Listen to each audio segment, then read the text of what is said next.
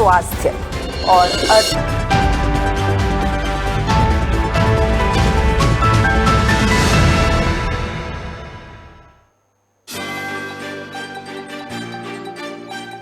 कर्नाटक के दक्षिण कन्नड़ जिले में बीजेपी नेता की हत्या। कन्हैया लाल की हत्या के विरोध में सोशल मीडिया पर की थी पोस्ट। अब तक 10 आरोपियों को किया गिरफ्तार। मध्य प्रदेश में 56 दिन में 15 संक्रमितों ने तोड़ा दम। इंदौर में कोरोना से 27 साल की महिला की मौत, नॉन वैक्सीनेटेड होने की वजह से गई जान।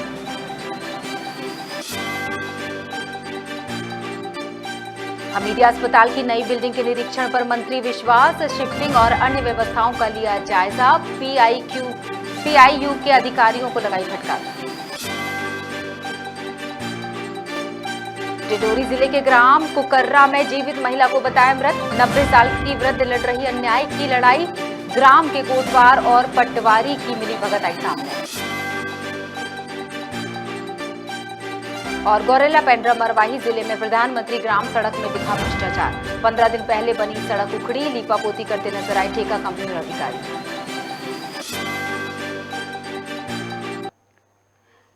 नमस्कार, आप देख रहे हैं खबर भारत। मैं हूं आपके साथ क्रांति प्रिया। बढ़ते हैं खबरों की तरफ विस्तार से। पहली खबर कर्नाटक के दक्षिण कन्नड़ जिले से, जहां बीजेपी नेता प्रवीण नेट्टार की मंगलवार को कुल्हाड़ी से काटकर हत्या कर दी गई। प्रवीण भाजपा युवा मोर्चा के जिला सचिव रहे हैं। प्रवीण ने 29 जून को राजस्थान में मारे गए कन्हैया लाल की हत्या के विरोध में सोशल मीडिया पर पोस्ट की थी। पुलिस इस एंगल से भी इस मामले की जांच कर रही है। बता दें कि अब तक 10 आरोपियों को हिरासत में लिया जा चुका है। आरोपियों से लगातार पूछताछ जारी है। मामले में कर्नाटक के गृह मंत्री अर्गा जनेन्द्रा ने सीएम बसवराज बोम्मई से मुलाकात की है। हत्या के बाद भाजपा कार्यकर्ताओं ने पुत्तूर में प्रदर्शन किया, जो देर रात तक चलता रहा। आज भी दक्षिण कन्नड़ बंद बुलाया गया। जिले में धारा 144 लागू कर दी गई है। उग्र भीड़ ने भाजपा सांसद नलिन कुमार कतिल की कार को घेरकर उसे झकझोर दिया। कार को पलटने की कोशिश भी की गई। गुस्साई भीड़ ने वी वांट जस्टिस के नारे लगाए।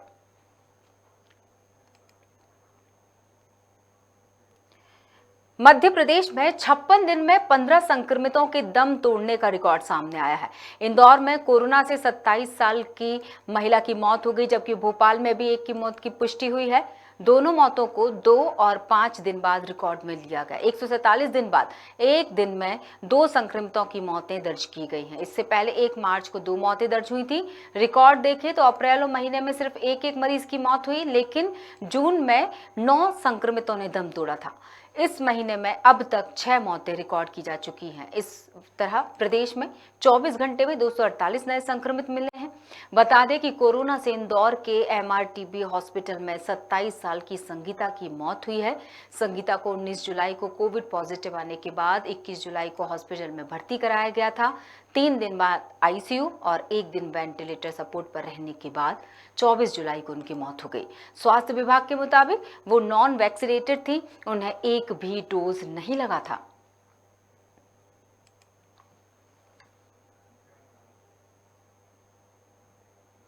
और अगली खबर पर बढ़ने से पहले, चूंकि संक्रमण फिर से एक बार पैर पसार रहा है, तो ये जरूर खबर भारत अपील करना चाहेगा कि दोनों वैक्सीन लग चुकी हैं तो बूस्टर डोज भी लगवाइए।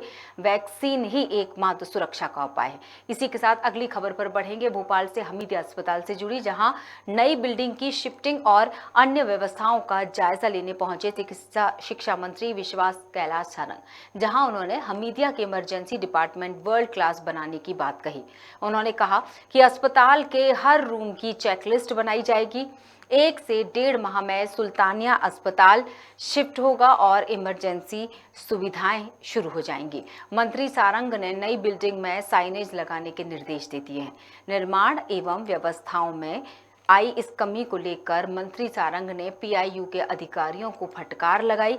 साथ ही ठेकेदार की पेमेंट रोकने के निर्देश भी दे दिए।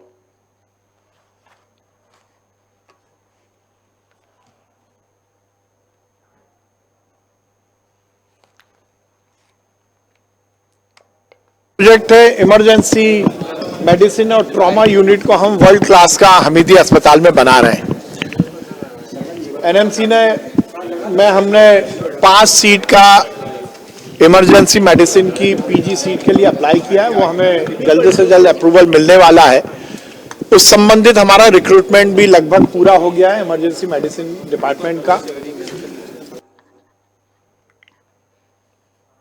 और चलिए हम इस पर चर्चा करते हैं। अधिक जानकारी के लिए हमारे साथ जुड़े हैं खबर भारत के सीनियर रिपोर्टर भोपाल से प्रदीप चटर्जी। प्रदीप, जिस तरह से विश्वास सारंग ने निरीक्षण भी किया और बता भी दिया कि किस तरह की सर्व सुविधाओं से युक्त होगा और जल्दी ही सेवाएं प्राप्त हो जाएंगी आमजनों को, लेकिन वहीं जो ठेकेदार की जो तरीके उनको समझ नहीं आए उसके लिए कि पीआईयू के अधिकारियों को फटकार भी लगा दी और ठेकेदार की पेमेंट तक को रोक दिया। जी देखिए, बिल्कुल आज शिक्षा मंत्री विश्वास सारंग जो है वो पीजी हॉस्पिटल की जो नई बिल्डिंग है वो पे गए थे।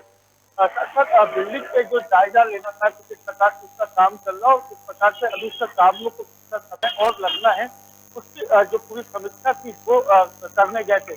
आपको बता दें कि इससे पहले मुख्यमंत्री शिवराज सिंह चौहान ने कई जिस प्रकार से बात कही थी और स्वास्थ्य सेवाओं को किस प्रकार से बेहतर बनाने के जो दिशा निर्देश थे वो कई वरिष्ठ अधिकारियों को उन्होंने दिए थे। साफ तौर पर उनका कहना था कि जो दवाइयां हैं या जो उपचार में जिस प्रकार से जो इंस्ट्रूमेंट जो लगते हैं या अन्य प्रकार की जांचें होती है उसको लेकर के कई जो मरीज हैं उनको परेशान न होना पड़े। उसी कार्यक्रम में आज विश्वास सारंग लगातार गए और जो उन्होंने हर रूम को उन्होंने चेक किया है। देखिए, 1 से 1.5 माह का जो समय है वो सुल्तानिया हॉस्पिटल को हमीदिया के नई हॉस्पिटल में शिफ्ट करने का बचा हुआ है। और ऐसे में विश्वास सारंग जो इच्छा थी कि जल्द से जल्द इसका जो काम है वो किया जाए। साथ साथ जो निर्माण कार्य में जो कमी थी उसको लेकर भी विश्वास सारंग ने जो है घाट फटकार भी लगाई है। सबसे बड़ी बात देखने में तब आई जब अग्नि जो साबक यंत्र का जो रूम है जहाँ पर फायर की पूरी व्यवस्थाएं रखी जानी थी, उससे कर्मचारी को जब वहाँ पर उन्होंने छूटे देखा है तब उन्होंने वहाँ पर जो अधिकारी है उनको फटकार लगाई है।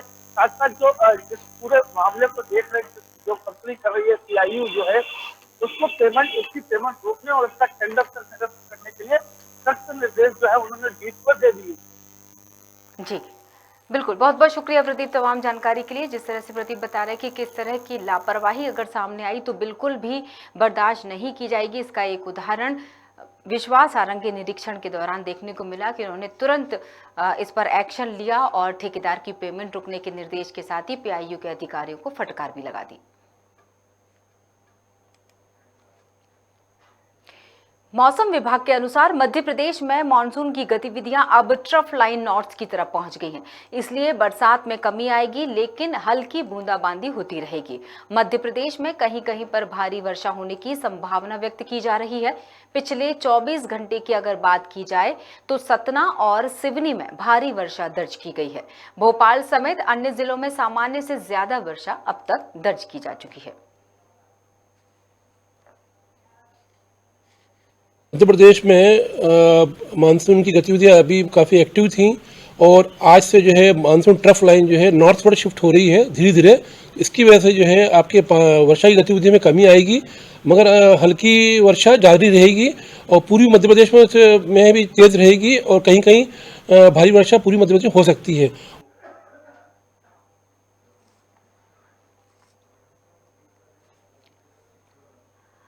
और जिस तरह से मौसम वैज्ञानिक की बात को माने तो उन्होंने ये बात स्पष्ट कर दी है कि बारिश में अब कहीं कहीं कमी आएगी। भोपाल के साथ ही उन्होंने अन्य जिलों की भी बात बता दी कि सामान्य से ज़्यादा वर्षा अब तक दर्ज कर ली गई है, लेकिन सतना और सिवनी को लेकर उन्होंने कहा कि भारी वर्षा वहाँ जो दर्ज की गई है 24 घंटे की, उन्होंने पूरा ये आंकड़ा जो रिकॉर्ड किया गया है वो बताते हुए उन्होंने कहीं कहीं भारी वर्षा की संभावनाएं भी व्यक्त की हैं। हमारे साथ संवाददाता जुड़ चुके हैं भोपाल से खबर भारत के राजू प्रजापति फोन लाइन पर।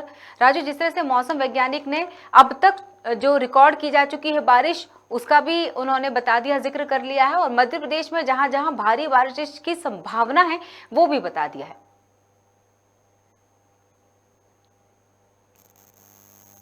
जी राजू,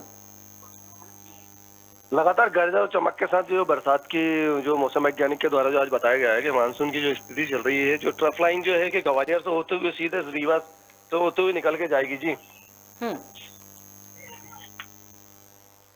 जी राजू, क्या है मौसम विज्ञान कह रहे हैं कि मध्य प्रदेश में मानसून की गतिविधियां जो ट्रफ लाइन नॉर्थ की बात की जा रही है वहां तक पहुंच गई हैं। इसका मतलब ये माना जाए कि अब जुलाई का खत्म हो चुका है, लेकिन जुलाई अगस्त तक क्या लगता है, क्या कहना है उनका जानकार का? तो मौसम वैज्ञानिक के अनुसार ये बताया जा रहा है कि अभी 24 घंटे के अंदर गरज चमक के साथ बरसात की तो संभावना व्यक्त की जा रही है, लेकिन जो अगला जो महीना आने वाला है, जो जैसा कि अगस्त की आप बात कर रहे हैं ना, अगस्त के अंदर जो मौसम जो सूखा जाने की भी उन्होंने बात कही है वहां पर, जो जैसे कि और भोपाल की अगर बात की जाए तो भोपाल के अंदर जो बरसात दर्ज की गई है वो 92% बरसात दर्ज कर ली गई है। मतलब ये सामान्य से अधिक वर्षा की बात की जा रही है। तो कई कई स्थान, कई कई जिले मध्य प्रदेश के अंदर कुछ ऐसे भी हैं ये सामान्य से ज्यादा बरसात दर्ज कर ली गई है। तो मतलब मौसम विभाग के अनुसार इस बात को कहा जा रहा है। जी चलिए, बहुत बहुत शुक्रिया। राजू प्रजापति हमारे साथ जुड़े हुए थे। तो जिस तरह से कहीं कहीं अभी भी बारिश की संभावनाएं व्यक्त की गई है मौसम वैज्ञानिक के द्वारा, लेकिन कहीं कहीं ये भी राहत है कि अब शायद जो तेज बारिश लगातार हो रही थी उसमें थोड़ी राहत मिल सकती है।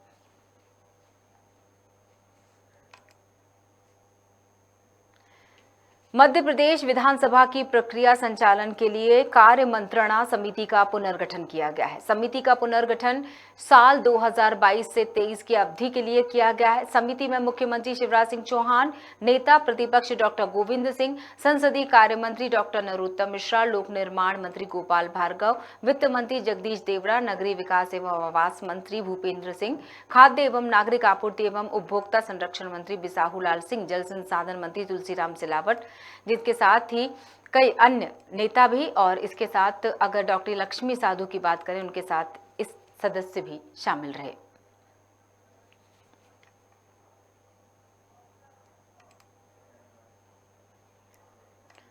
ये खबर भी भोपाल से है, जहां बिजली विभाग की बड़ी लापरवाही देखने को मिली है।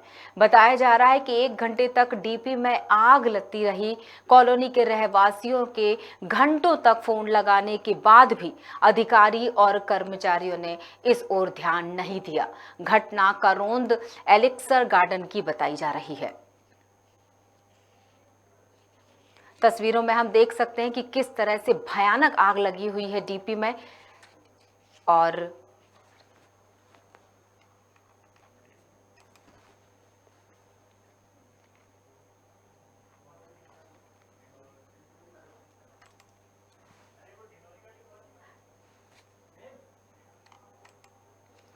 भोपाल से खबर हम आपको बता रहे हैं, जहां बिजली विभाग की बड़ी लापरवाही देखने को मिली।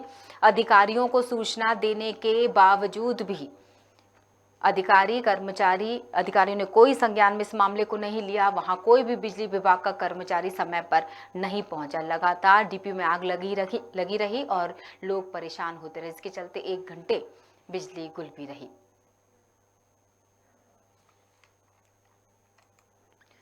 गौरेला पेंड्रा मरवाही, इस जिले में पीएमसीएसवाई की घटिया सड़क निर्माण की पोल खुल गई है। जी हां, प्रधानमंत्री सड़क योजना के अंतर्गत सड़क निर्माण किया जा रहा था, जहां पर महज 15 दिन पहले बनी सड़क उखड़ गई। इसके बाद अब ठेका कंपनी एवं अधिकारी भ्रष्टाचार को छुपाते हुए सड़क पर लिपापोती करते हुए डामर की सड़क में सीमेंट कंक्रीट भरते नजर आ रहे हैं। ये पूरा मामला गौरेला से पकरिया होते हुए अमरकंटक मार्ग का है। रात को तो काम नहीं करना चाहिए। और दूसरा बात, यदि गिरते पानी है तो लोड ला के बिछाना नहीं चाहिए। यदि लोड ला के बिछा दिया है तो उसकी परीक्षण करवा लेंगे। यदि ठीक ठाक रहेगा तो अलाउ करेंगे, वरना अमान्य कर देंगे उसको। सर, लगभग कितने का ये काम है, कितने लागत का काम है, कितने किलोमीटर का काम है?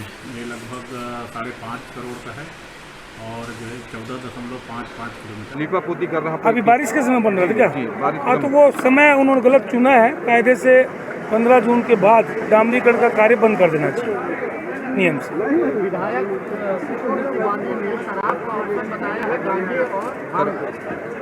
देखिए, वो उनके अपने विचार हैं और आपका विधानसभा के अंदर हंसी मजाक भी चलते हैं। अलग अलग लोग अपनी अपनी बातें रखते हैं, इसलिए उन बातों पर मैं कोई कमेंट्स नहीं करना चाहता।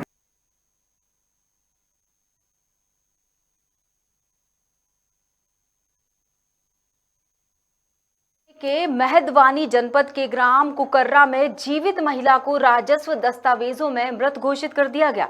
पीड़ित वृद्ध महिला और उसके परिजनों ने कलेक्टर को आवेदन देते हुए कार्रवाई की मांग की है।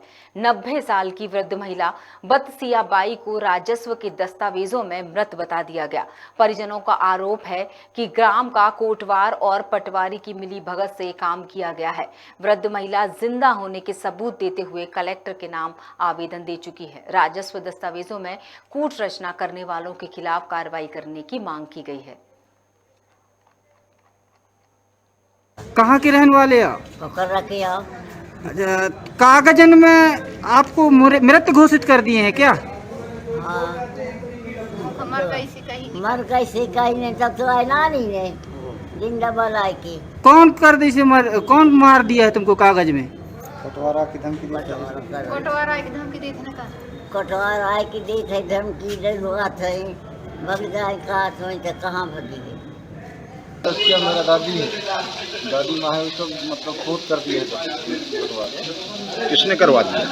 कटवा कर दिए पर जमाना हमारे धमकी धमकाता है, कुछ भी जहाँ लगे वहाँ कार्रवाई कर वाला बोलता है। आपकी दादी जिंदा है अभी? दादी जी जीवित है अभी। और कागजों में मृत घोषित कर दिया? कागजों में घोषित कर दिया। कौन से विकास खंड का मामला है? मेहनवानी।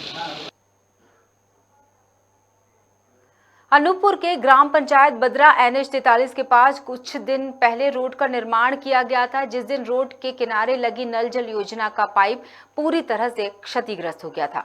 इस वजह से ग्रामीण बूंद बूंद पानी के लिए तरस रहे हैं। वहीं शिकायत के बाद भी प्राइवेट कंपनी के द्वारा अब जब गुणवत्ता विहीन और मामूली प्लास्टिक का पाइप बिछाया जा रहा है, जिसका ग्रामीणों ने विरोध किया है, वहीं सड़क के किनारे नाली और गड्ढा खोदकर छोड़ दिया गया, जिससे कभी भी दुर्घटनाएं होने की आशंका बन गई है। वहीं ग्रामीणों ने संबंधित अधिकारियों से शिकायत भी की। अब देखना यह है कि जिम्मेदार अधिकारी इस मामले को कब संज्ञान में लेते हैं।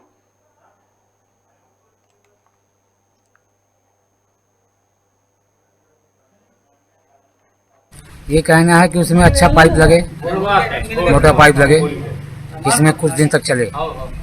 और अभी जो लगाया जा रहा है कैसा पाइप है? खराब पाइप है। ये जब रोड बन रही थी, रोड बन के तैयार हुआ, उसके बाद यहाँ कास्ट आयरन की पाइप गिरी हुई थी, वो बाद में उठा के ले गया। और फिर उसके बाद अब जो लग रही है तो वो प्लास्टिक की घटिया क्वालिटी की पाइप लग रही है। जो पाइप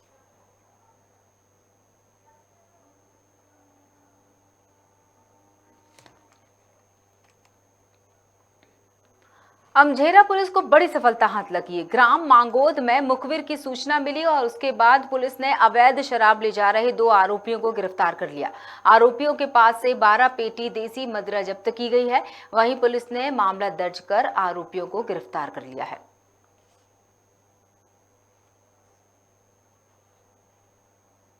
आज 26/7/2022 को मुखबिर द्वारा सूचना मिली है कि एक सेपरेट टवेरा में कुछ अवैध शराब निकल रही है, जो कि दसेत से मांगोद तरफ आ रही है। की सूचना पर हमारी फोर्स को एक्टिव किया है और मांगोद फट्टे के आसपास 2 अलग अलग टीम बनाई और घेराबंदी करी। इसमें 2 लोग मिले, एक राहुल जायसवाल और दूसरा देवेन गोयल। राजपूत है, ये निवासी कानून के रहने वाले हैं।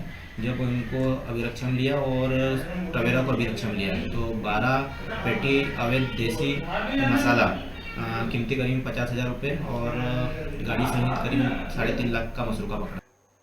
ये मामला सिवनी से है, जहां एक युवती पिछले 1 हफ्ते से भूख हड़ताल पर बैठी हुई है। अब पुलिस विभाग आदिवासी युवती को जबरन जिला अस्पताल ले जाने की कोशिश कर रहा है। मामला आदिवासी युवती के साथ की गई राजस्व विभाग और पुलिस थाना बरघाट के थाना प्रभारी द्वारा लापरवाही और दायित्वों के परिणाम का है।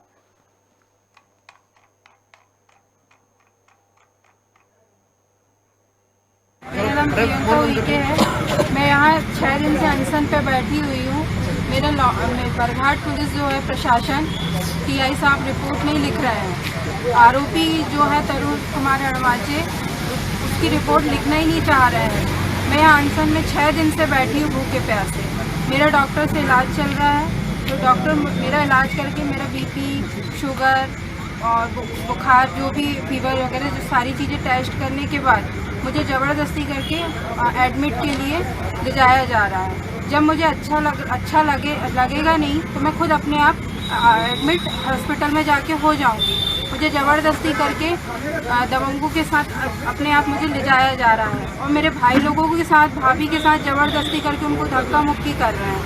ये अभी मेरे साथ इस टाइप की हरकत कर रहे हैं तो ये बाद में मेरे साथ खतरा है। रात दिन हर टाइम मेरे लिए ये में खतरा बना रहेगा। ये तो यानी कि आदेश सिर्फ बर्बरता पूर्वक इनको उठवाने के लिए की कोशिश की जा रही है कि आप जो भी मांगे। अरे भाई तो मांगे क्या है आपको ये भी नहीं मालूम। डॉक्टर कह रहे हैं कि वो बीमार है। मैडम अधिकारी को तो बोल के FIR करवाई जा सकती है, आप लोग किस लिए आप लोग इतने से मामला नहीं करवा सकते? ये बताइए, एक बच्ची एक महिला को आमरण अनशन करने बैठना पड़ा और आज आमरण अनशन का 6वां दिन है। आमरण अनशन का 6वां दिन है जब बर्बरतापूर्ण रवैया अपनाते हुए पुलिस प्रशासन यहाँ पे आया और इन्हें धमकाने का प्रयास कर रहे हैं, जो कि इनका अधिकार है। और इस खबर के साथ ही बुलेटिन में फिलहाल इतना ही। बने रही खबर भारत के साथ। नमस्कार।